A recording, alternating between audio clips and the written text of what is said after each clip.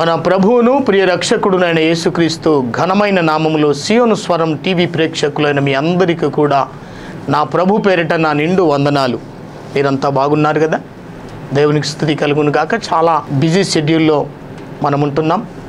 చాలామంది ఈ ప్రత్యేకమైన దినాల్లో భక్తి శ్రద్ధలతో ప్రతిరోజు ప్రార్థనలు అటెండ్ అవుతూ, కుటుంబ ప్రార్థనలో, మరి శ్రమల దినాల్లో ప్రతి ఇంట్లో ప్రార్థన, ప్రతి సంఘములో ప్రార్థన, ఇలాంటి కూడికల్లో మనము పాల్గొంటూ చాలా బిజీ షెడ్యూల్గా మనం ఉంటున్న ఈ తరుణంలో మరొకసారి ఈ శ్రమల దినాల్లో మనం అందరం కూడా మరి ఈ రీతిగా దేవుని యొక్క వాక్యం వినటానికి, కలుసుకోవడానికి ప్రభు చూపిన కృపను బట్టి నేను దేవునికి వందనాలు సమర్పిస్తున్నాను. సియోను స్వరము అనేటువంటి కార్యక్రమాన్ని సియోను చర్చి నిజామాబాద్ సంఘ బిడ్డలు ఈ కార్యక్రమాలను మీకు అందిస్తున్నారు. ఎంతో వ్యయ ప్రయాసములతో నిరుపేదలు మరి వారిలో ఉన్నటువంటి ఆత్మ ప్రేరేపణను బట్టి ఈ కార్యక్రమాలను ఈ రీతిగా ఒక్కొక్క కార్యక్రమానికి మరి స్పాన్సర్ చేస్తూ ఈ టీవీ వర్తమానాలను బలపరుస్తున్నటువంటి కార్యక్రమాలు బలపరుస్తున్న మరి సియోను సాహస సంఘ బిడ్డలందరినీ నా ప్రభు దీవించునుగాక. మీరంతా ఆధ్యాత్మికంగా మేలు పొందుతున్నారు. క్రమం తప్పకుండా ఈ టీవీ వర్తమానాలు వింటున్నటువంటి మీ అందరూ కూడా మీరు పొందుతున్న మేళ్లను బట్టి, మీరు అనుభవిస్తున్నటువంటి ఉపకారాలను బట్టి, మీరు వర్తమానాలు వినిన వెంటనే ఒక ఫోన్ కాల్ చేయండి, నాతో మాట్లాడండి. మీరెవరు, ఎక్కడి నుండి ఫోన్ చేస్తున్నారు, మీ విషయాలు మాకు తెలియజేసినట్లయితే మిమ్మల్ని బట్టి నేను ప్రభువుని ఎంతగానో స్తుతిస్తాను. మీ కొరకు ప్రత్యేకంగా మా ప్రార్థన బృందం వారు మేము అనుదినం మీకోసం ప్రార్థన చేస్తాం. మీరు మర్చిపోకండి. మరి సియోను స్వరం కొరకు మరి ప్రతిరోజు టీవీ ప్రేక్షకులను మీ అందరి కొరకు ఈ కార్యక్రమాల కొరకు నిర్విరామంగా మరి ప్రార్థన బృందం ప్రతిరోజు ప్రార్థిస్తున్నారు. ఉదయం మేము 5 గంటల నుంచి 6 గంటల వరకు జూమ్లో మా సంఘ బిడ్డలందరం కలుసుకుంటున్నాం. ప్రతిరోజు టీవీ వర్తమానాల కొరకు, టీవీ ప్రోగ్రాల కొరకు మేము ప్రార్థన చేస్తున్నాం. దేవుడు అనేకులను ప్రేరేపింపజేస్తున్నాడు. ఇంతవరకు నిర్విరామంగా 1 సంవత్సరం కాలం ఈ యొక్క కార్యక్రమం కొనసాగింది. మరి ఒకవేళ దేవుడు మిమ్మల్ని ఎవరినైనా మరి బలపరచాలని కార్యక్రమం కొరకు అని ఆ దేవుడు మిమ్మల్ని ప్రేరేపించినట్లయితే మీ నిర్ణయాలను, మీ యొక్క సముఖతను మాకు తెలియజేయాల్సిందిగా, మాతో పంచుకోవాల్సిందిగా నేను ప్రభు పేరిట మీతో మనవి చేస్తున్నాను. ఈరోజు కూడా ఈ వాక్యంను వినడానికి మనం సిద్ధపరచుకొని ప్రభు పాదాల దగ్గర ఒక్కసారి మనల్ని మనం తగ్గించుకొని కళ్ళు మూసుకొని, నువ్వు ఎక్కడున్నా, ఏ స్థితిలో ఉన్నా, ప్రియ సహోదరి సహోదరుడా, నువ్వు ఒకవేళ ప్రయాణములు ఉన్నావా, మొబైల్లో యూట్యూబ్లో నువ్వు దేవుని యొక్క వాక్యం వినొచ్చు, లేదా నువ్వు ఇంట్లో కూర్చొని టీవీలో వర్తమానం వినొచ్చు. కనుక సహోదరి, నువ్వే స్థితిలో ఉన్నా కూడా కొద్ది నిమిషాలు దేవుని మాటల మీద నువ్వు విశ్వాసం ఉంచి, మనస్సు కలిగి, చెవులు కలిగి ఆ మాటలు విన్నట్లయితే దేవుడు అంటున్నాడు, నా మాట విన్నవాడు బ్రతుకును అంటున్నాడు. కనుక అలాంటి కృపతో దేవుడు మనల్ని నింపుతాడు. నేను ప్రార్థన చేస్తాను, మీరు దయచేసి మరి కళ్ళు మూసుకోనండి. ప్రేమ స్వరూపుడవగు తండ్రి, నమ్మదగిన దేవ, ఈ సమయమందు సియోను స్వరం అనే ఈ టీవీ కార్యక్రమాలను బలపరచడానికి సియోను సహవాసం నిజామాబాద్ వారు సంఘ బిడ్డలు ఒక్కొక్క కుటుంబం ప్రేరేపించబడి ప్రభు ఈ కార్యక్రమాలకు స్పాన్సర్ చేస్తున్న బిడ్డలను దర్శించండి, వారి కుటుంబములను ఆశీర్వదించండి, అత్యధికమైన దీవెనలతో నింపండి. అడుగు వాటికంటేను, ఊహించు వాటికంటేను అత్యధికమైన దీవెనలతో ప్రతి బిడ్డను నింపమని నీ పరిశుద్ధమైన సన్నిధిలో వేడుకుంటూ ఉన్నాం. అలాగనే టీవీ వర్తమానాలు వింటూ అనేక చోట్ల తెలుగు రాష్ట్రాల్లోనూ అనేక ప్రాంతాల్లోనూ మరి ఈ యొక్క గాస్పల్ టీవీ ద్వారా టెలికాస్ట్ అవుతున్న ఈ యొక్క ఆధ్యాత్మికమైన కార్యక్రమాన్ని వీక్షిస్తూ బలపరచబడుతున్న ప్రతి బిడ్డను బట్టి నేను నిన్ను స్తుతిస్తున్నాను. దీనుడను, ఏ యోగ్యత లేని నన్ను ఇంతగా నువ్వు నన్ను ప్రేమించినావు, ఇంతగా నువ్వు నన్ను హెచ్చించినందులకు నేను నీకు కోట్ల కొలది వందనాలు సమర్పిస్తున్నాను. ప్రభా, దీనుడనైన నేను నా చేత నీ స్వరాన్ని, నీ మాటలను ప్రభా ఈ టీవీ ద్వారా నీ ప్రజలకు, నిన్ను ఎరగని ప్రజలకు, నేను చూడని ప్రజలకు అందించుట కొరకు నువ్వు నాకిచ్చిన ఈ యోగ్యతను బట్టి వందనాలు. ప్రభా, మేము ఒకరి ముఖాలను ఒకరిని చూడకున్నా టీవీ ద్వారా చక్కగా చూడగలుగుతూ ఉన్నాం. ప్రభా, టీవీ ద్వారా అనేకులు కూడా మరి ప్రభ చూస్తూ ఉన్నారు. వారందరినీ కూడా దీవించండి. దేవుని స్వరం వింటున్న ప్రతి ఒక్కరికి కూడా ఆధ్యాత్మికమైన దీవెనలు మెండుగా కలుగునుగాక. నీ కృపతో నింపండి. ఈనాటి వాక్యమును ప్రభ మేము వినటానికి ముందుగా మమ్మల్ని మేము సిద్ధపరచుకొని నీ పాద సన్నిధానంకి వస్తూ ఉన్నాం. ఈ మాటలు విని మేము దీవెనలు పొంది అనేకులకు మాదిరికరంగా మేము ఉందుముగాక. ప్రభువుకు మేము సమీపంగా ఉందుముగాక. ప్రభువును మహిమపరిచే బిడ్డలముగా మేము ఉందుముగాక. అలాంటి కృపచేత నన్ను మమ్మల్ని నింపి మహిమ పొందమని యేసు పరిశుద్ధ నామమున ప్రార్థించి స్తుతించి వేడుకుంటున్నాము తండ్రి.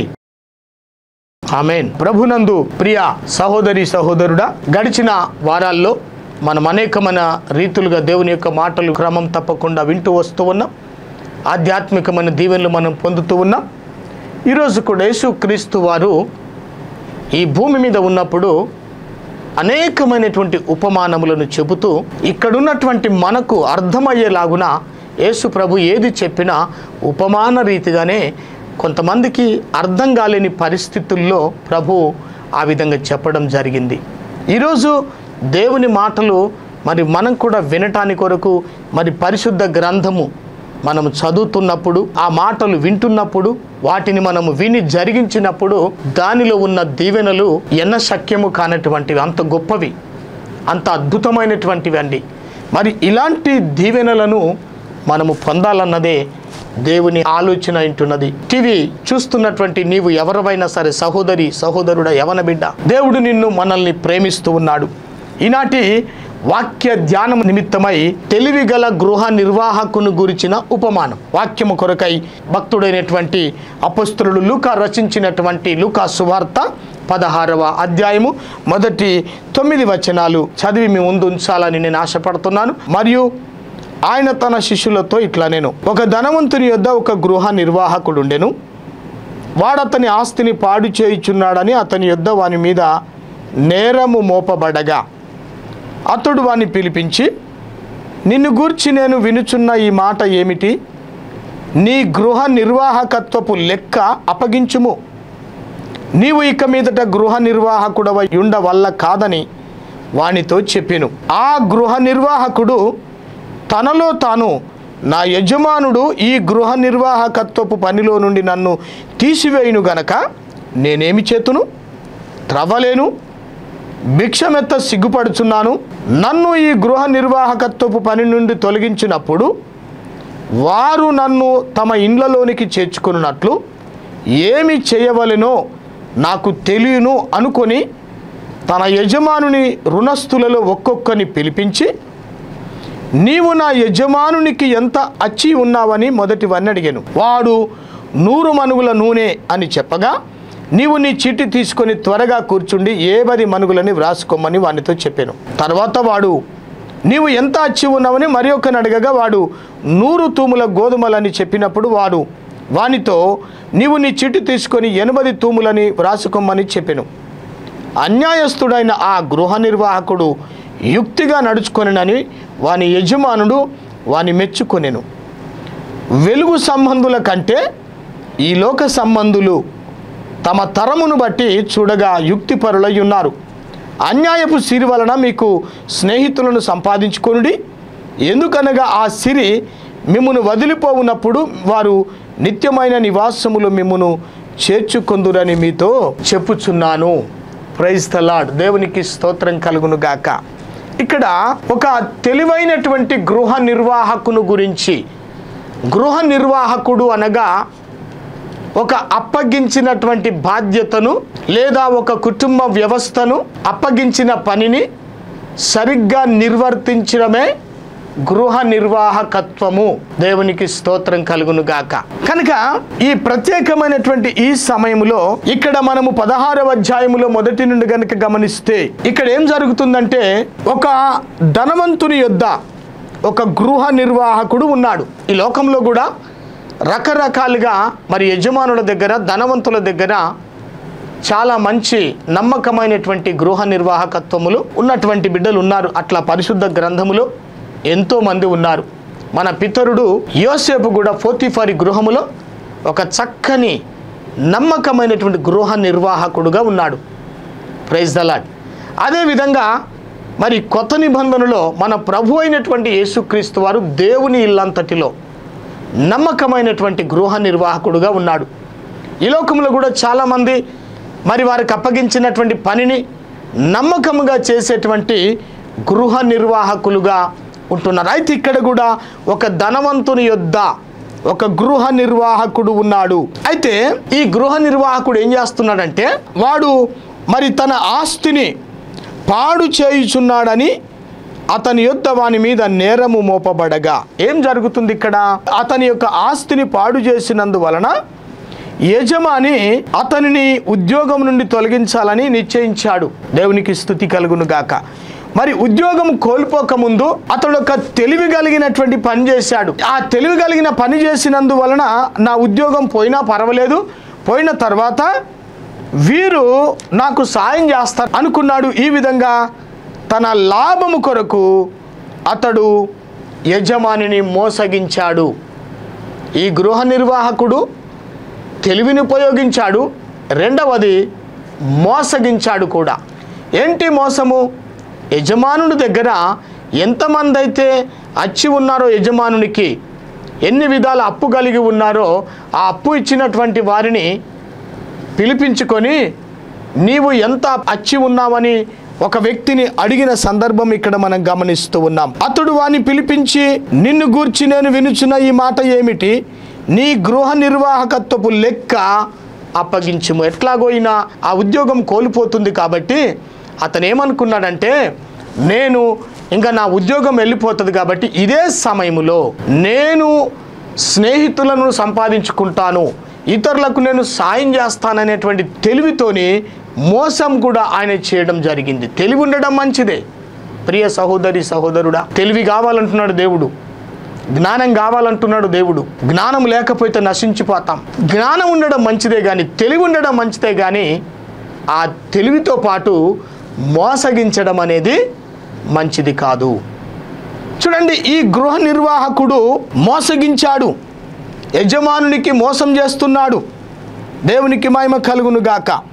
అయితే ఇక్కడ ఏమంటున్నాడంటే 3వ వచనంలో, తనలో తాను నా యజమానుడు ఈ గృహ నిర్వాహకత్వపు పనిలో నుండి నన్ను తీసివేయును, కాబట్టి నేను ఏం చేస్తును?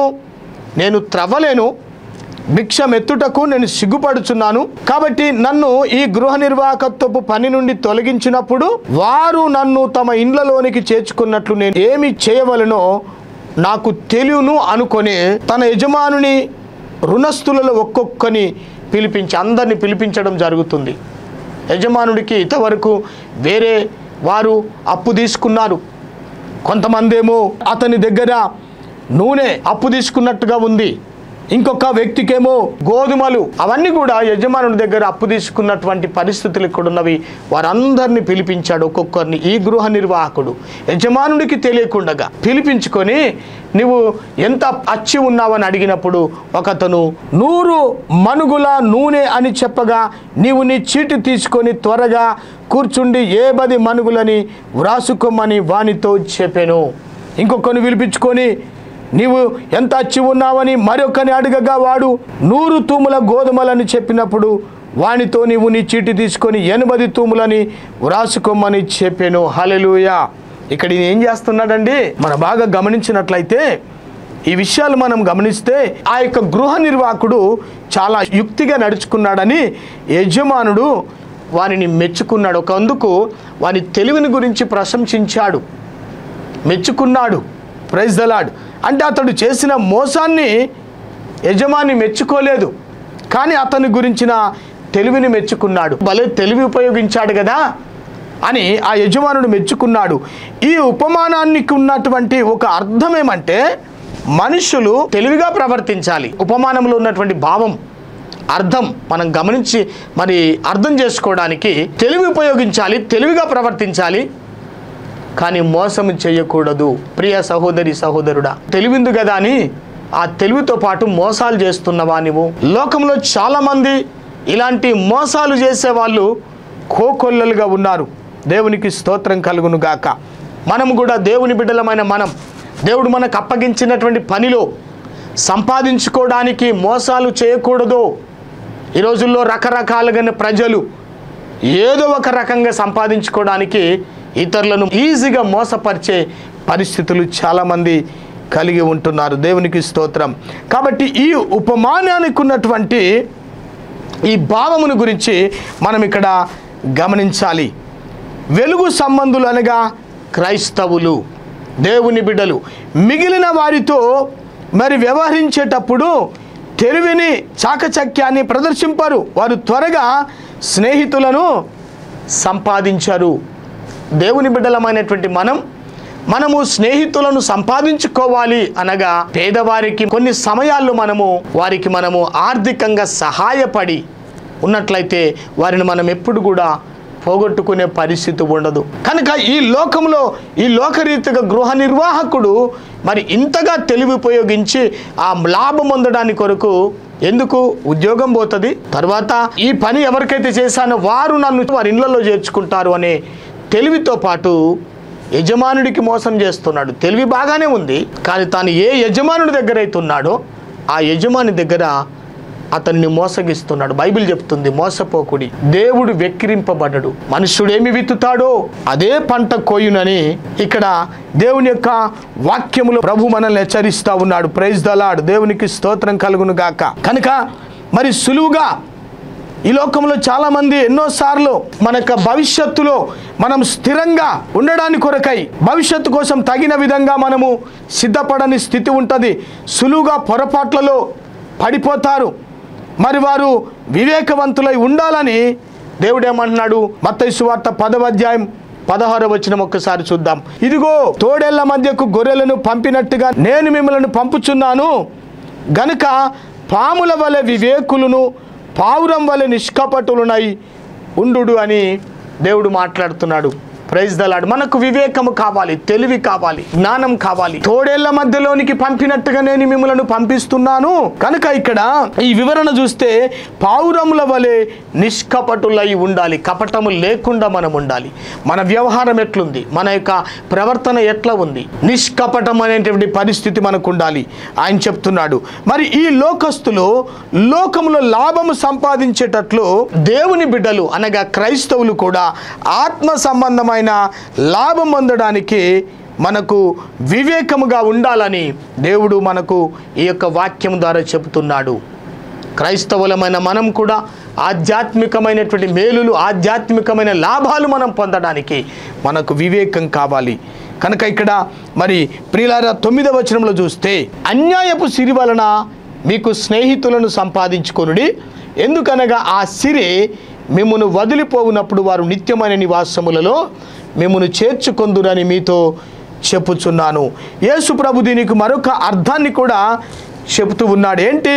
మనం ఈ లోకంలో ఉండగానే మన అంతస్తును, మన యొక్క ధనాన్ని దేవునితో స్నేహం చేసే విధంగా ఉపయోగించాలి. యథార్థత లేని ఆ గృహ నిర్వాహకుడు అతనికి ఏముందంటే యథార్థత లేదు. గృహ నిర్వాహకులకు యథార్థత చాలా అవసరం. గృహాన్ని నిర్వహించే ఒక వ్యక్తికి యథార్థత చాలా అవసరం అండి. కనుక యథార్థత లేని ఆ గృహ నిర్వాహకుడు తన అంతస్తును ఉపయోగించి ఈ లోకపు స్నేహితులను సంపాదించాడు. తెలివిగా మోసాలు చేస్తూ లాభాలు పొందుతూ ఈ లోకంలో స్నేహితులను సంపాదించుకుంటున్నాడు. ఆధ్యాత్మికంగా మనం కూడా దేవుని బిడ్డ, ఈరోజు నీవు, నేను, మనము ఎవరమైనా సరే మనము కూడా దేవుని కొరకు స్నేహితులను సంపాదించడానికి కొరకు, మనము దేవుని స్నేహాన్ని చేయడానికి కొరకు, దేవునితో మంచి స్నేహము పొందడానికి కొరకు మనకు వివేకం కావాలి. ఎందుకంటే ఈ లోకంలో మన జీవితంలో మనకున్న అంతస్తులు లేకుంటే మనకున్న ధనము ఏమైపోతుంది? ఒకరోజు దాన్ని కోల్పోయే ఒక రోజు ఉంటుంది. అది ఎప్పుడు శాశ్వతం కాదండి. మనకెంత పేరున్నా, ఎంత ప్రఖ్యాతలున్నా, ఎంత ధనమున్నా అదొక రోజు మనం దాన్ని కోల్పోయే స్థితి మనకు కలుగుతుంది. అంతలోపే కాబట్టి మనము పరలోకములో మన కొరకు స్నేహితులు అవసరం. పరలోకంలో ఎవరు స్నేహితులు? దేవదూతలు. అప్పుడు వారు మనల్ని నిత్య నివాసంలోనికి వారు మనల్ని ఆహ్వానిస్తారు. ఈ లోకంలో మనకున్న సంపదను పేదలతో మనము పంచుకోవాలట. దేవునికి స్తోత్రం కలుగును గాక. అందుకే కీర్తనలు 112:5లో ఏముందంటే, దయాళులను అప్పిచ్చువారును భాగ్యవంతులు న్యాయ విమర్శలో వారి వ్యాజ్యము గెలుచును, అట్టివారు ఎప్పుడునూ కదిలింపబడరు, నీతిమంతులు నిత్యము జ్ఞాపకములో ఉందురు. దేవునికి స్తోత్రం కలుగును గాక. హల్లెలూయా. కనుక ప్రియులారా, మరి ఇక్కడ ఈ గృహ నిర్వాహకుడు తెలివితోని లోకములో ఉన్నటువంటి స్నేహితులను సంపాదించుకున్నాడు. మరి దేవుని బిడ్డలమైనటువంటి మనకు కూడా జ్ఞానము, తెలివి, వివేకము కావాలి. కానీ మోసము లేకుండా తెలివితో, జ్ఞానముతో, వివేకముతోని మనం అనేకులను ప్రభు కొరకు సంపాదించుకోవాలి అని ప్రభు ఇక్కడ ఈ ఉపమానమును గురించి మనకు బోధిస్తూ ఉన్నాడు. ఈ ఉపమానమును బట్టి మనకు అర్థమవుతున్నది ఏంటంటే, అనేకులను దేవుని కొరకు నువ్వు స్నేహితులను సంపాదించుము. లోకములు ఉన్న వారే వారి లాభాల కొరకు, వారి క్షేమము కొరకు ఈ లోకంలో ఉన్నప్పుడే స్నేహితులను సంపాదిస్తున్నారు. ఏదో ఒక రకంగా, ఏదో ఒక విధంగా ఎన్నో మోసాలు కదా అండి. ఊరికనే ఏ ముక్కు ముఖం తెలియకుండా నిలబడిన చోటనే నమస్కారం, గుడ్ మార్నింగ్ అని చెప్పి పలకరించి ఏదో ఒక మాట, లేనిపోని మాటలు చెప్పి వాళ్ళ వలలో వేసుకుంటున్నారు. నాకు పలానాయన ఫ్రెండ్ అయిండు, పలానాయన స్నేహితుడు అయిండు అంటున్నారు. ఆ స్నేహములోనే ఆ స్నేహితులను సంపాదించుకుంటున్నారు. ఒకనాడు అలాంటి స్నేహం ద్వారా ఒక టైం బాధలు వచ్చినప్పుడు, కష్టాలు వచ్చినప్పుడు, ఆ ఉద్యోగం నుండి తొలగిపోయినప్పుడు ఈ వ్యక్తుల దగ్గరికి వస్తే ఆ వ్యక్తులు వారిని చేర్చుకున్నారు. అలాంటి తెలివి ఉపయోగించాడు. కాబట్టి ఈ యజమానుడి దగ్గర ఎవరెవరికైతే ఎన్నెన్ని అప్పులు కలిగి ఉన్నా వాళ్ళందరికీ తక్కువగా రాసి, అంటే వాళ్ళకు సంతోషం ఉంది. కానీ అదే సమయంలో ఈ యజమానుడి దగ్గర నమ్మకం లేని గృహ నిర్వాహకత్వంగా మోసం చేస్తున్నాడు. మరి యజమానుడికి మరి ఆస్తిని పాడు చేసేటువంటి పరిస్థితి ఇక్కడ కలుగుతూ ఉంది. దేవునికి స్తోత్రం కలుగును గాక. కాబట్టి ఈ లోకంలో మనకున్నటువంటి సంపదను మరి పేదలతో పంచుకోవాలని యేసు ఉద్దేశమై ఉండవచ్చునని కొంతమంది బైబిల్ పండితుల యొక్క అభిప్రాయం. కాబట్టి మనము సహాయం చేసినటువంటి పేదలు పరలోకం చేరినప్పుడు అక్కడ వారు మనకు స్నేహితులై మన పక్షముగా దేవుని ముందు మంచి సాక్ష్యం ఇస్తారు. ఈ వ్యక్తి నాకు అద్భుతంగా, నేను భూమి మీద ఉన్నప్పుడు నాకు ఈ విధంగా సాయం చేశాడు, నాకు ఈ విధంగా మరి మేలు చేస్తాడని మన గురించి జీవముగల ప్రభు ఎదుట వారు సాక్ష్యం చెప్పే అవకాశం ఉంటుంది. Praise the lord. దేవునికి స్తోత్రం కలుగును గాక. కనుక ఈలాగున మరి మన పక్షంగా దేవుని ముందు వారు సాక్ష్యం చెప్తారు. ఈ ఉపమానానికి ఈ అర్థం కూడా మరి ఉండవచ్చని ఈ మాటలను బట్టి మనం గమనించుకోవాలి. కనుక దేవుని బిడ్డలమైనటువంటి మనం గృహ నిర్వాహకులుగా దేవుడు మనకు పని అప్పగించిన ప్రతి పనిలో నమ్మకంగా పనిచేద్దాం. నువ్వు కుటుంబంలో పనిచేసినా సరే, నువ్వు ఒక వ్యవస్థలో పనిచేసినా సరే, కానీ నువ్వు తెలివిని ఉపయోగించు, వివేకంతో ఉండు. దేవుడే చెప్పిండు పాముల వలె వివేకులై ఉండుడని. కానీ అదే సమయంలో అక్కడ ఎలాంటి మోసములకు పాల్పడకుండా యథార్థవంతులముగా మనముండి అనేకులను ప్రభు కొరకు మనం సంపాదిద్దాం. ఎందుకంటే ఈ లోకములో ఎవరు నశించడం దేవునికి ఇష్టము లేదు. మానవులందరినీ కూడా దేవుడు ప్రేమిస్తున్నాడు. ఆ పరలోక రాజ్యం, ఈ లోకం మన సొంతం కాదు. ప్రియులారా, మరి ఈ విషయానికి వస్తే మన పితరుడు సొలొమోను, ఆయన మహా గొప్ప జ్ఞాని, ఆయన కొరకు అన్నిటిని సంపాదించుకున్నాడు. ఆయన ఆశించినటువంటిదంటూ ఏది లేదు, అన్నీ ఆశించాడు, అన్ని పనులు చేశాడు. చివరిగా ఆయన ఏమనుకున్నాడంటే, ఒకడు గాలికి ప్రయాసపడినట్టుగా నా ప్రయాసం అంతా ఉంది, ఈ ప్రయాసం అంతా వ్యర్థమని ప్రసంగిలో చెప్తున్నాడు. ఎంత సంపాదించినా ఇదంతా వృధా, వేస్ట్ అని చెప్తున్నాడు. ప్రియులారా, దేవుని కొరకు నీకున్న దాన్ని, నీకున్న ధనమైన, నీకున్న అంతస్తులని, నీకున్న జ్ఞానమైన దేవుని కొరకు నువ్వు వాడినట్లయితే, దేవుని కొరకు నువ్వు దాన్ని ఉపయోగించినట్లయితే, అనేకులను ప్రభు కొరకు నువ్వు సంపాదించినట్లయితే దీవెనలతో ప్రభు నిన్ను దీవించనంటున్నాడు. మరి అలాంటి కృపతో ప్రభువు నిశ్చయముగా ఈ సమయమందు ప్రభు నీకు అనుగ్రహించునుగాక. కాబట్టి ఈ యొక్క చివరి వచనంలో 9వ వచనంలో చూస్తే, అన్యాయపు సిరి వలన మీకు స్నేహితులను సంపాదించుకొనుడి, ఎందుకనగా ఆ సిరి మిమ్మును వదిలిపోవునప్పుడు వారు నిత్యమైన నివాసములలో మిమ్మును చేర్చుకొందురని మీతో చెప్పుచున్నాను. దేవునికి స్తోత్రం. అనేకులను మనము స్నేహితులను మనకున్న దాన్ని ఖర్చు పెట్టి స్నేహితులను ప్రభు కొరకు సంపాదిస్తే ఒకరోజు ఆ పరలోక రాజ్యములో వారే ప్రభు ఎదుట మనల గురించి సాక్ష్యం చెప్తారు. ఈరోజు మన గురించి సాక్ష్యం చెప్పాలి కదా. మన గురించి ఇతరులు ఏమని సాక్ష్యం చెప్తున్నారు? నీ గురించి మంచి సాక్ష్యం చెప్పాలి ప్రభు ముందు, దేవుని సంఘం ఎదుట, దేవుని ప్రజల ముందు. ఈ పలానా వ్యక్తి చాలా మంచివాడు అని మన గురించి సాక్ష్యం చెప్పాలి. అందుకొరకే దేవుడు మనల్ని ఏర్పరచుకున్నాడు, మన మంచి క్రియలు చేయటానికి కొరకే, మన గురించి మనం సాక్ష్య బిడ్డలంగా ఉండడం కొరకే. మత్తయి సువార్త 5:16లో మనుషులు మీ సత్క్రియలను చూచి పరలోకమందున్న మీ తండ్రిని మహిమపరచునట్లు వారి ఎదుట మీ వెలుగు ప్రకాశింపనీయుడి. దేవునికి స్తోత్రం. మన సత్క్రియలు, మంచి క్రియలు, గృహ నిర్వాహకత్వం చేసినటువంటి మనకు యథార్థత చాలా అవసరం అండి. యథార్థత లేకపోతే మోసమునకు పాల్పడే అవకాశాలు ఉంటాయి. కాబట్టి మనం తెలివిని ఉపయోగించుదాం, జ్ఞానమును ఉపయోగించుదాం, కానీ అదే సమయంలో మోసము చేయకుండా అనేకులను ప్రభు కొరకు సంపాదించుదాం. అట్టి కృప దేవుడు మనందరికీ దయచేయునుగాక. ప్రార్థన చేసుకుందాం. ప్రేమ కలిగిన మా తండ్రి, తెలివిగల గృహ నిర్వాహకుని గురించిన ఉపమానమును గురించి మేము విన్నాం కనుక మేము కూడా ఈ లోకములో తెలివిగా ఉండాలి, కానీ దేవుని బిడ్డలమైన మేము మోసగించకూడదని, మోసం మాలో ఉండకూడదని, కుయుక్తి మాలో ఉండకూడదని నీవు హెచ్చరించినావు. ఈ మాటలు వింటున్న బిడ్డలు తండ్రి వారి యథార్థవంతులై మరి దేవుని బిడ్డలైనటువంటి వారు వాళ్ళకున్న దానిని బీదల కొరకు ఖర్చు పెట్టి మరి ప్రభువా మరి పరలోకంలో మా కొరకు ధనమును కూర్చుకున్నామన్నావు.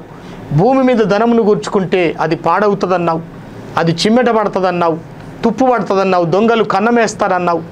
కనుక ప్రభా మేము ఈ లోకంలో యథార్థంగా అనేకులను ప్రభు కొరకు సంపాదించుకునే కృప మాకు చూపండి నాయన. ఆ తెలివిగల గృహ నిర్వాహకుని గురించిన ఉపమానమును గురించి మేము ఆధ్యాత్మికంగా లోకంలో ఉన్నవారు తన కొరకు స్నేహితులను సంపాదించుకుంటున్నారు. ఆధ్యాత్మికంగా మేము కూడా ఎంతోమందిని దేవుని కొరకు స్నేహితులను సంపాదించుకొని పరలోక రాజ్యములో తండ్రి ఎదుట మంచి సాక్ష్యమును పొందే బిడ్డలంగా మేము ఉందుముగాక. అట్టి కృపతో నన్ను మమ్మల్ని నింపి మీరు మహిమ పొందమని ఘనత, మహిమ, ప్రభావాలు మీకు సమర్పించుకున్నాం. టీవీలో వర్తమానాలు వింటున్న ప్రతి బిడ్డను ఇప్పుడే మరొక్కసారి నువ్వు దర్శించండి. వారి యథార్థవంతులై వారి మంచి గృహ నిర్వాహకుల వలె తెలివి, వివేకంతో నింపబడి నిన్ను స్తుతించే కృపతో నింపమని యేసు పరిశుద్ధ నామమున ప్రార్థించి వేడుకుంటున్నాము తండ్రి. మన ప్రభువైన యేసుక్రీస్తు కృపా సమాధానములు, తండ్రి అయిన దేవుని ప్రేమ, పరిశుద్ధాత్మని యొక్క అన్యోన్య సావాసం కూడి వచ్చిన మనందరికీ, లోకమందున్న సకల పరిశుద్ధులకును ఇప్పుడును సదాకాలము తోడై నీడైండునుగాక. Amen. May God bless you. దేవుడు మిమ్మల్ని అందరినీ దీవించునుగాక.